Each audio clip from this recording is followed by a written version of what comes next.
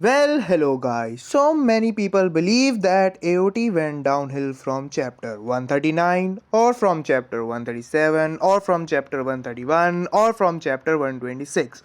Basically, it went downhill after the formation of Alliance, who were basically fighting for the eradication of their own race. But before that, everyone can agree that AOT was absolute peak, as it was the best representation of war, racism, and perspectivism. And not to mention how grey the main character was, as even if he was doing genocide, it seems grey and the only logical option for aliens.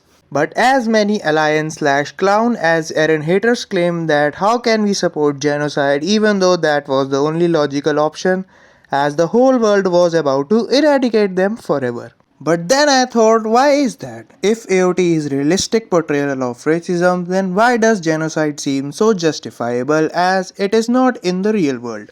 So I looked back and realized how awful the geopolitics and world building of AOT is. Like, the world building of AOT's world outside the walls doesn't make any sense, and we will talk about it how. AOT's world building of the outside world is very cartoonish. We are told that Marley was not only enslaving Paradise but also other lands because it has Titan powers. We are told in the first 4 episodes of season 4, where we got introduced to Falco and Gabby, that Marley had been at a war with Mid-East alliances for 4 years. Now, what are Mid-East alliances? Well, Mid-East is a continent in AOT's world, and the countries of that continent had to make an alliance to fight against Marley's terror. And guess what? They lose. Marley took away some of their land, and what exactly gave Marley an upper hand? The Titan powers. Now, not only that, in chapter 106, Yelena said, Marley is a country with many enemies. Other countries came together to fight it in a blink of an eye. So from here we came to know that Marley was such a big threat to other nations. That the other nations came together very quickly as the other countries knew if they didn't join forces against this terror, then they would be enslaved forever. Yelena also said that she and all of the soldiers lost their native lands against Marley, and now they are being enslaved to serve Marley. So basically, Marley is not only enslaving Eldians but also others. So, what do we conclude from this? That Marley was basically Nazi Germany of this world. That they want to conquer this world.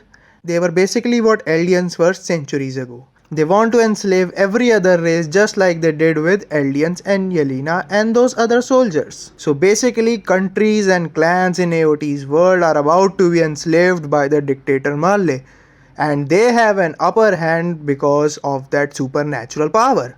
But then, a ray of hope for humanity. An island came to them with a peace treaty, who wants to form an alliance with them. But the bonus part is that they have the same supernatural power that was giving Marley an upper hand in the war. So, the most logical option for the world would be to form an alliance with Paradise to use their supernatural power to end the terror of Marley. Right? Wait.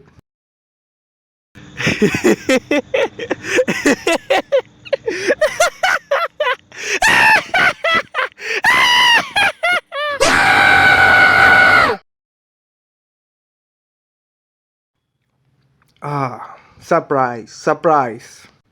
In AOT's world, they didn't.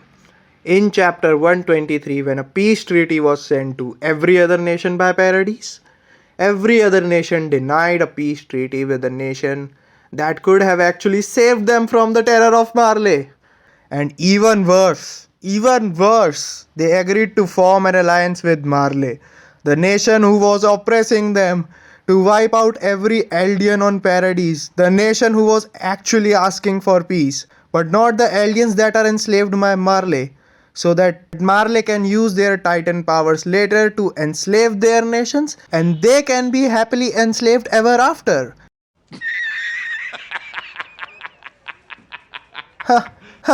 but remember guys, this is the best representation of war and racism.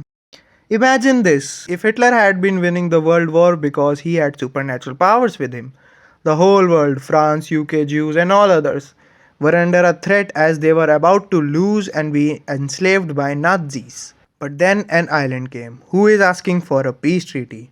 But the bonus point is that the people of this island have the same supernatural power because of which Nazis were having an upper hand.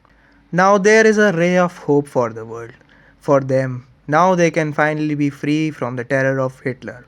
Of course, they would be accepting that peace treaty and form an alliance with that island so that they can use that power to defeat the Nazis, the one who are oppressing them, right? Now imagine if those countries like France, UK and other rejected the island's peace treaty and actually they form an alliance with Nazis, their oppressors, because Nazis told them that that island is bad for them. So like a slave, France, UK and all other countries form an alliance with Nazis to just kill the people of that island who have that supernatural power but not the ones that Nazi Germany was using, so their chance of getting freedom would be burnt and then later they can be enslaved by Nazis peacefully. That's how dumb geopolitics of AOT's world is. Everyone other than Marley's government has an IQ of below 20. Hey, but remember guys, this is the best representation of war and racism. Now let's come to Hizuru, only nation that had a friendship with Paradise. Nah, they only cared about Paradise because Mikasa was their Hizuru queen. But at least Paradise could expect some new technology, weapons, and an army from them so that they can defend themselves better, right? Well, surprise again! They did nothing. Instead, just gave them a stupid plan which basically included more slavery of them. She told them to number the world 50% and then keep doing that for like some 50 years until the world will accept peace through fear. And for that, Historia and the generations after her needs to be cursed again and again. This is the dumbest plan of all. So according to her, people hate aliens because they fear their titan power. So according to her, using those titan powers to take away the lives of outside people would make them accept aliens instead of fueling their hatred towards them. Imagine a family that's alien phobic because they fear that aliens will kill them because they have their titan powers. And aliens actually did that. Only one member of that family survived and her family was murdered by aliens slash titans. So of course that would increase her hatred towards aliens and moreover would also plant a feeling of revenge against aliens. But according to Hizru, no. She would actually start liking aliens after that. She would realize how wrong she was, as the thing that made her hate aliens is what exactly they did, and would want to have peace with them. Aaron was the only smart guy who knew this plan was super dumb and rejected it. But wait a minute, how is that possible? A smart character in Attack on Titan season 4? But Clown Yama said not to worry. He would make Eren stupid too. Eren denied this plan and then did a similar thing in the end and didn't complete the rumbling, confirming no security for Paradise before his death. Hey, but remember guys, this is the best representation of war and racism in fiction. Now let's come to Cringe Vengers. For Cringe Vengers, killing 2 billion people is very bad because genocide is bad. But killing 1 billion people with cursing Historia and her generations after that is not that bad. Not really. This is even for Alliance fan who say Eren is evil. But Cringe Revengers are heroes because they didn't want to kill 2 billion people. They just wanted to kill 1 billion people and then be happily enslaved ever after by Marley. And now the alien slaves in Marley. Like, I can see some of them accepted slavery and just gave into slavery for Marley. But literally all of them? Not even a single slave there had that fire to go against Marley, join forces with Paradise. No one? Holy shit, this is again so unrealistic as every slave in Marley had a Stockholm syndrome just like OG Ymir.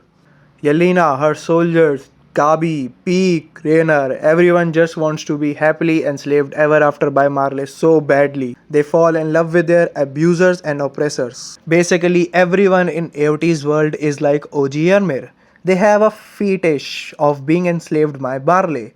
Other countries joined forces with Marley, a country that was enslaving them, to erase Paradise, a country that was asking for peace treaty and could have actually helped them because they wanna be happily enslaved ever after by Marley. Aliens in Marley have a fetish of being a slave to Marley. Alliance, Yelena, and many other soldiers had a fetish of being enslaved by Marley.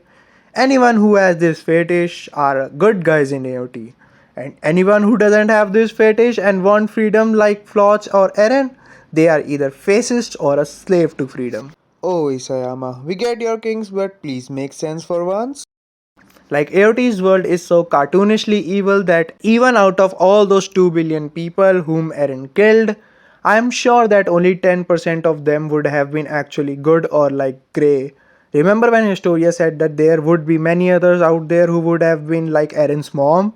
Well, no, Historia. Eren's mom didn't wish for the total eradication of any race, unlike every other civilian outside the walls. Like, none of the civilians in those 100 years actually questioned their government about the slavery of aliens and how they are used as weapons. No one formed an organization and rebelled for them peacefully like people usually do in democracy. Like, people in AOT should have done something for aliens if they cared about them, but none of them did, as all of them want aliens to suffer.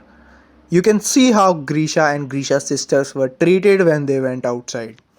So yeah, every single person in AOT's world either wants aliens to die or to serve them in slavery, even the common civilians. And that's the reason why genocide is wrong for our world, but Eren's way is the only way for AOT's world. And that's the reason why cringe vengers get so much hate even though they are not the ones doing crazy things, as they are doing something very stupid, because no matter what, this world would erase them from existence. Even when Eren asked Hanji to tell him any other way, Hanji admitted that she had none. That's why Jean told Hanji that they tried for 4 years and they achieved nothing. That's why even in the timeline where Eren just ran away with Mikasa, Paradise got destroyed and wiped out. That's how incompetent Alliance members are. It's like everyone in One Piece just desperately wanna wipe out fishmen. But no, actually many pirates help fishmen, like Whitebeard pirates or Straw Hat pirates. But in AOT, everyone is just against them for no good reasons. And what makes it even worse is that AOT's world has democracy.